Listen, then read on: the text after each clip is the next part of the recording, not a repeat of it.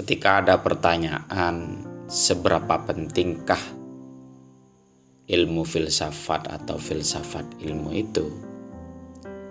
Maka jawabannya sederhana. Tidak penting-penting banget, tapi juga tidak bisa disepelekan. Kenapa? Karena filsafat itu adalah alat untuk mengantarkan kita kepada kebenaran. Mungkin bagi sebagian orang yang memang notabene itu suka banget dengan filsafat, atau dia yang jurusannya memang ilmu filsafat, akidah dan filsafat, itu akan menaruh filsafat itu kepada sesuatu yang sangat urgent sekali, sangat penting, dan tidak ada duanya. Padahal filsafat itu hanyalah alat. Sama kayak kita mau makan, alatnya sendok, piring, garpu, mangkok, dan lain-lain. Tujuannya adalah kenyang. Kenyang itu adalah suatu yang paling penting.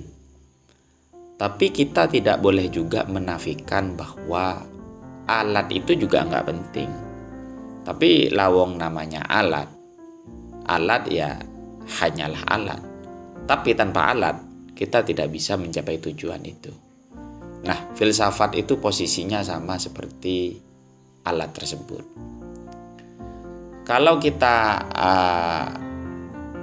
ambil kesimpulan atau kita reduksi ulang sebagaimana di pesantren, banyak anak mondok itu tujuannya adalah agar pandai baca kitab.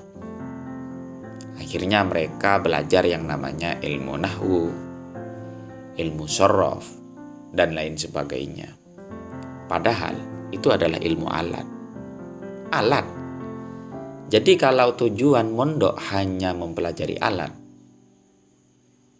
maka itu tidak akan sampai kepada tujuan sebagaimana santri yang menghabiskan waktu di pondok pesantren.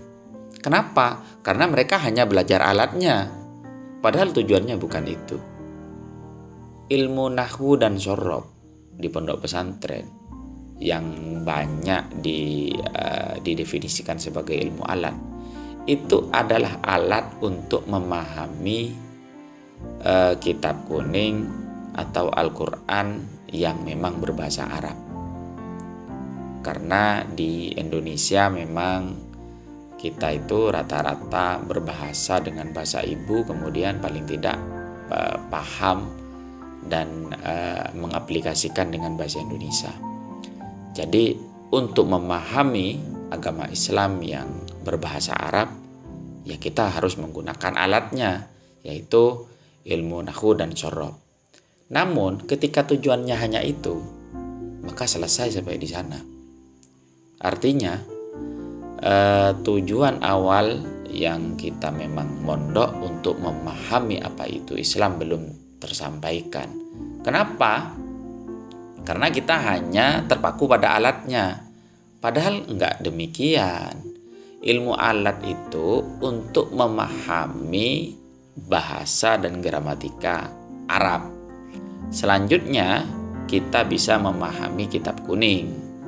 Setelah memahami baru kita bisa mempraktekkan. Setelah bisa mempraktekkan baru kita mengaplikasikan di dalam dunia sosial, di dalam dunia bermasyarakat, dan mengembangkan dan melakukan pengembangan di dalam kehidupan nyata. Jadi tujuannya adalah kita bersosial di tengah masyarakat menggunakan nilai-nilai dan koridor-koridor Islam. Caranya dengan mengaplikasikan Al-Quran dan hadis. Alatnya adalah nahwu dan shorof. Sama dengan filsafat, yaitu hanyalah sebatas alat dalam menemukan kebenaran.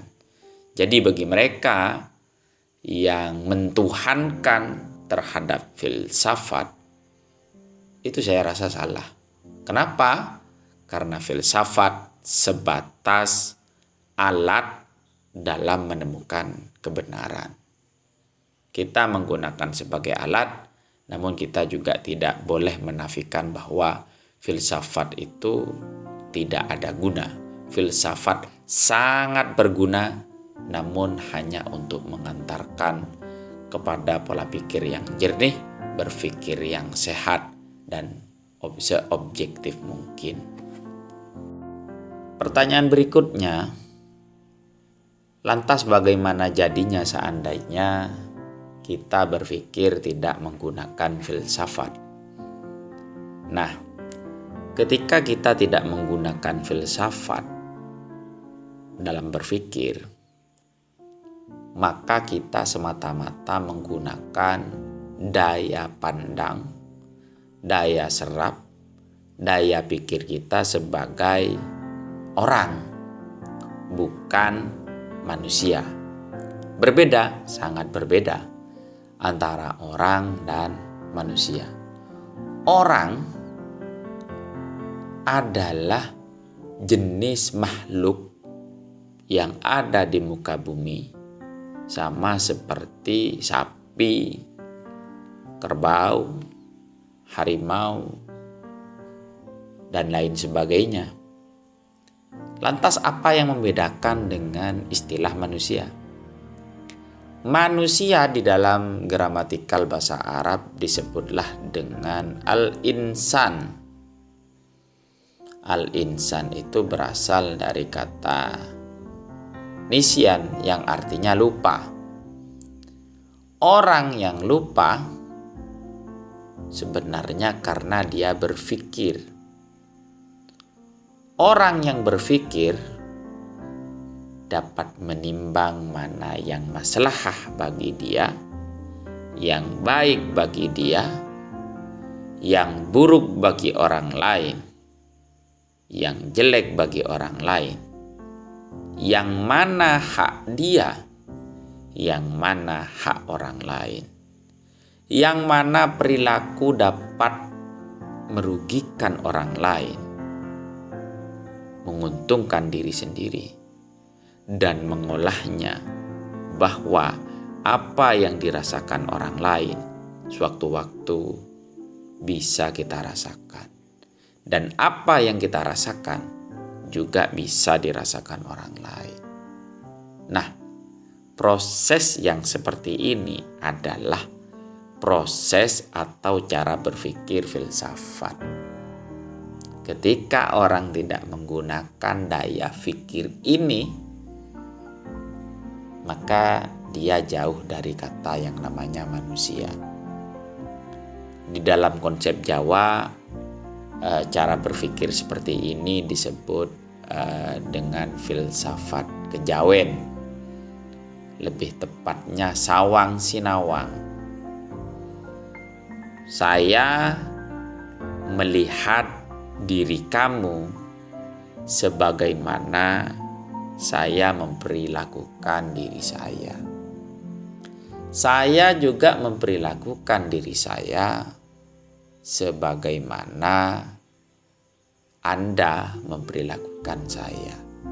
Ketika itu kurang benar untuk saya lakukan dan merugikan pada diri saya, justru itu juga akan merugikan bagi Anda. Dan itu harus dan seyogyanya saya hindari. Nah, itu adalah ciri-ciri orang yang menggunakan filsafat dalam berpikir. Ketika orang tidak menggunakan ini, maka dia belum bisa disebut dengan yang namanya manusia. Dan begitulah pentingnya filsafat. Namun bukan pula filsafat dituhankan sehingga menafikan yang lain. Tapi kita juga tidak boleh meninggalkan filsafat. Kenapa? Karena ini yang akan membuktikan bahwa manusia itu bisa berarti, bagi banyak orang. Sekian materi tentang filsafat sebatas alat dalam menemukan kebenaran. Semoga bermanfaat. Lanjut pada video berikutnya.